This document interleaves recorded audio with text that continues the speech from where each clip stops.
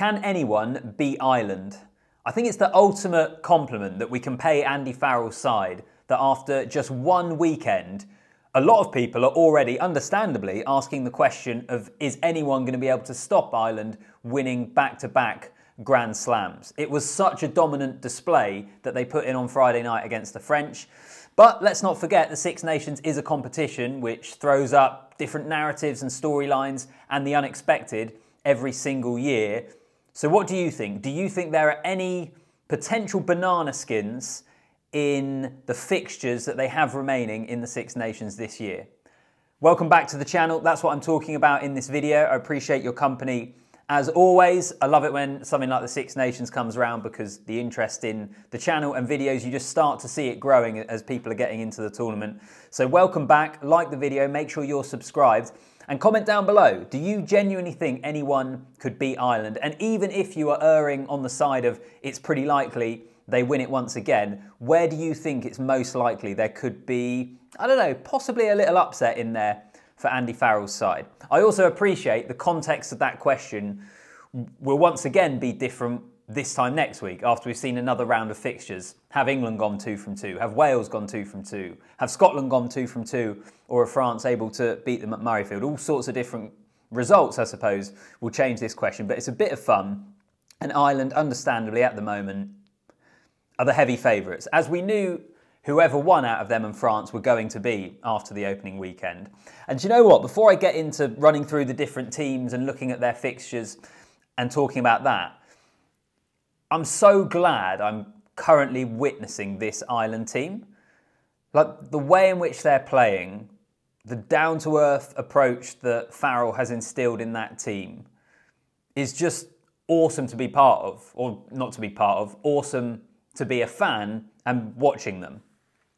But hypothetically speaking, where could a defeat come from? So next up this weekend, they're at home, they're in Dublin and they're against Italy. Probably the least likely of all of those matches that there would be an upset. You've got to remember, Italy do have an ability to cause teams trouble. I think that was exhibited best last year in the Six Nations. They were close to beating France at home. They should have beaten Scotland away from home. And then also, I think, based upon what we saw against England, this is an Italian team that can attack. They will be able to put points, I think, on every team in this competition. But even so, looking at Italy going to Dublin this weekend and getting a victory is improbable, to put it mildly. So Italy at home, I don't think so. They've then got Wales at home. And this is where we do get into the category of it depends what happens this weekend. If Wales are 2 from 2, if Warren Gatland's team go to Twickenham, do the job and beat England, they're 2 from 2. Who knows?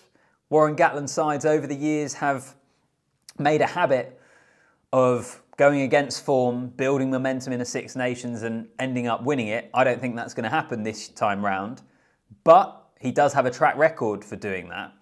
But actually, more than anything else, I think with Wales that makes it so difficult to answer this question is it was such a Jekyll and Hyde performance against Scotland. I still don't really know where they are.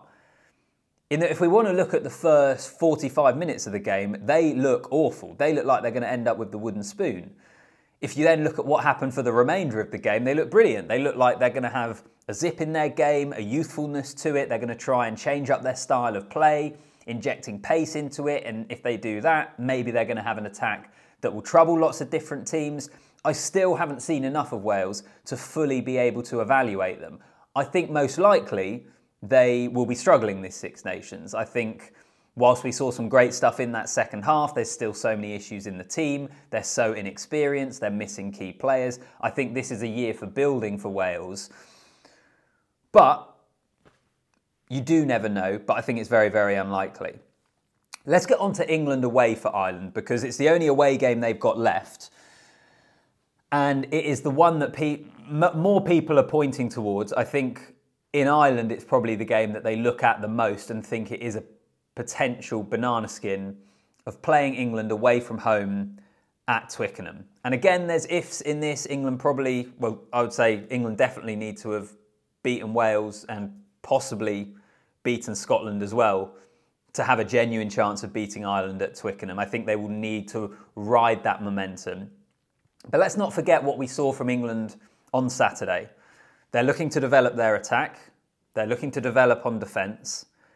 Again, if they've won their games, if those sides of their game plan are developing at quite a quick rate and they're in a much better place than we saw on opening weekend by the time that they get to round 4, maybe their game's in a much better place. They look on a more even keel with Ireland. They're not going to be even with Ireland because these are teams in completely different spots. And the other thing is the one thing I think England can do, as proven at that World Cup semi-final. If the conditions are right, they can drag a team down to their level and just fight it out in the mud with them. They've had close contests, England. They've had close contests with Ireland over the last few years as well, which is something else I've said that people have looked to and said, well, the last 2 times England have played Ireland, they've had a man sent off, Freddie Stewart last year, Charlie Ewels the year before, and those games have still been close for quite a long period. I know Ireland last time they were at Twickenham with the Ewels red card ended up having a record win at Twickenham or whatever it was by the end of the game, but there was still moments in that match where England were able to keep it tight. If all the factors go in England's favour, if they build in this Six Nations, if the Twickenham crowd is behind a team that they think could be pushing to maybe win it,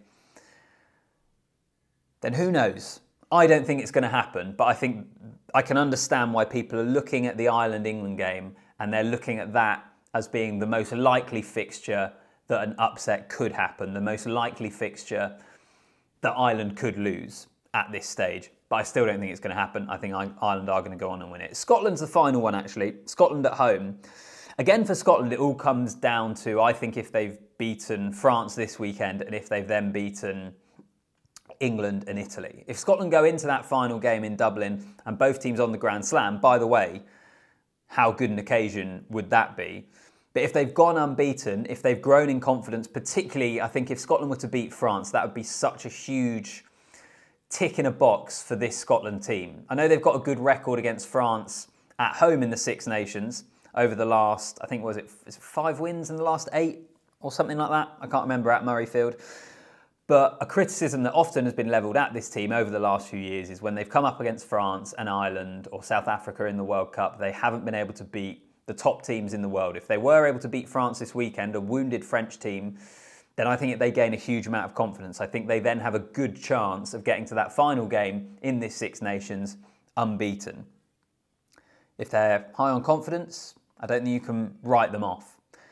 But as you can kind of tell from all of the teams that I've gone through there, it is a stretch. I think Ireland win back-to-back Grand Slams, becoming the first team in the Six Nations era to do that.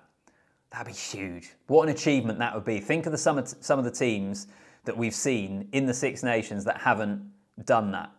Whether it's the England team that won the World Cup, whether it's some of those Wales teams under Warren Gatland that won loads of tournaments, some of the Ireland teams that have been very good themselves, of O'Gara and O'Driscoll and Paul O'Connell and players like that. We've seen some great teams in the Six Nations over the last 24 years or whatever it is that it has been the Six Nations. If Ireland were to go back-to-back Grand Slams, it'd be a huge achievement. And I think they're most likely going to do it.